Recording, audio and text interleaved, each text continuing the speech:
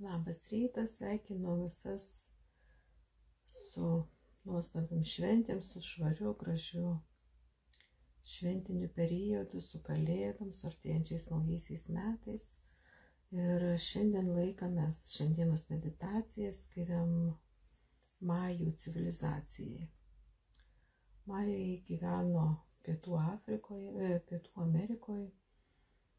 Dabartiniai Peru ypatingai daug yra likusių artefaktų, piramidžių ir visų kitų jų įrašų. Tai buvo labai stipri civilizacija, atėjusi iš likusios Atlantidos ir turinti labai stiprią energetinę reikšmę. Tuo pačiu aš ištraukiau šiandien ir Majų kortų vieną iš kortų. Tuo pačiu turiu ir rožinio kvarco kaukolės, išraižytą kaukolę, kuri irgi atkeliavusios jos, ne šita konkrečiai, bet iš principo kaukolės, įvairiausių kristalų išraižytos kaukolės atėjo iš labai seniai.